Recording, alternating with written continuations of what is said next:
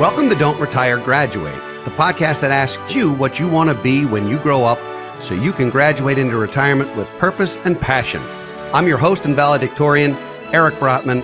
Welcome to Office Hours, where we answer listeners' questions about personal finance, retirement readiness, and more.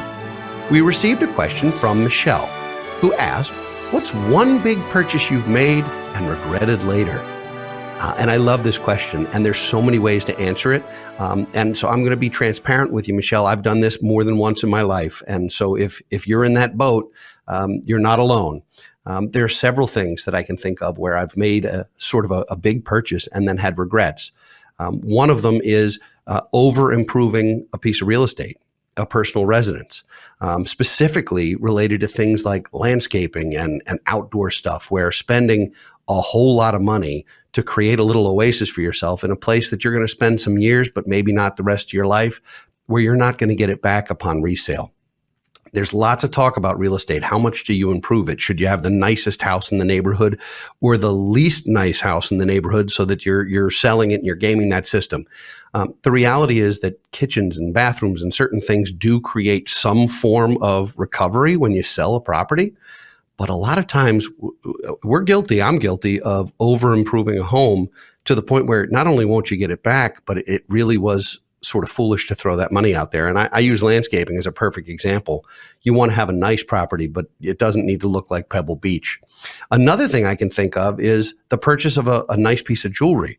I know there's lots of folks who love the finer things, so to speak. But, for me, I had a very nice dress watch and I used to wear it every day. And it's a beautiful piece and I loved it. But now I have an Apple Watch, and I would rather have something that's tracking my metrics and my steps and all those kinds of things, because we've sort of become a more connected world. And I love having a watch on that's more functional than just attractive. And I do regret having this watch at this point. I would love to sell it, and it's difficult to sell for anywhere near what I paid for it. So I think that's a big purchase that I loved it and I enjoyed it for a while, and that's great. But now it's in a box, and that doesn't make a ton of sense. So when I got your question, Michelle, I actually asked a few other folks for their input on what are the big purchases, what are the things you regret. And the one that keeps coming up is, well, a boat. And every time I hear this, it reminds me that the big joke is the two happiest days in a boater's life are the day you buy the boat and the day you sell the boat.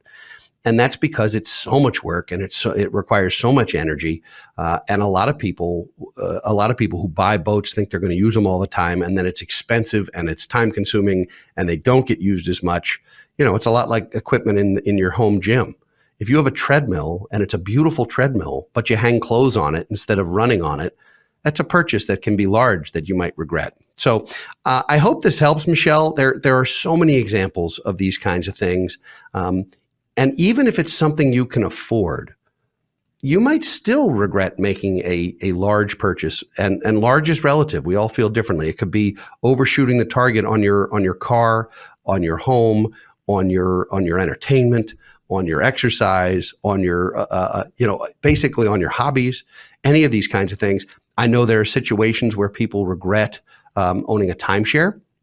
And actually, we have a guest lined up, I think, for later in this season on Don't Retire, Graduate, about timeshares, because I tend to think that they're an albatross, that you get stuck with them and you can't use them, and people regret having them, and they buy them when they're on site and very excited about a vacation spot, and then they realize they'd rather be able to go other places, and you can't sell them, you can't get rid of them. And so we actually have a guest coming on to talk about that and try and demystify timeshares a little bit. But for me, that would be something I'm glad I've not bought. That I would have regretted. And some people feel this way also about vacation homes.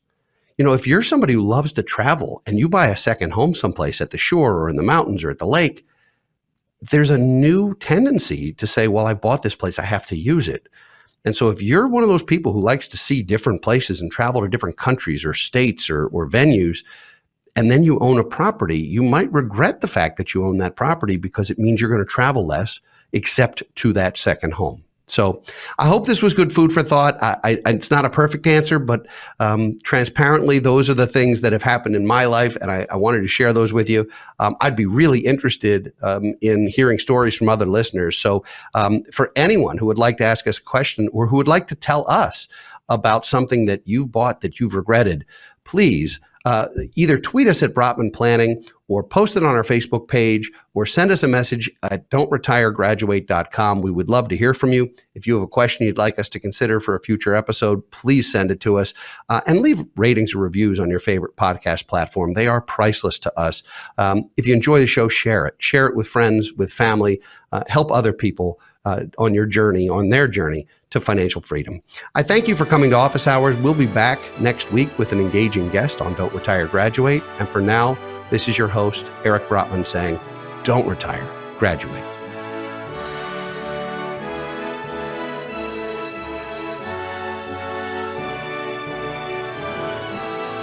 Securities offered through Kestra Investment Services, LLC, Kestra IS, member FINRA SIPC. Investment advisory services offered through Kestra Advisory Services, LLC, Kestra AS, an affiliate of Kestra IS. Kestra IS or Kestra AS are not affiliated with Brotman Financial or any other entity discussed.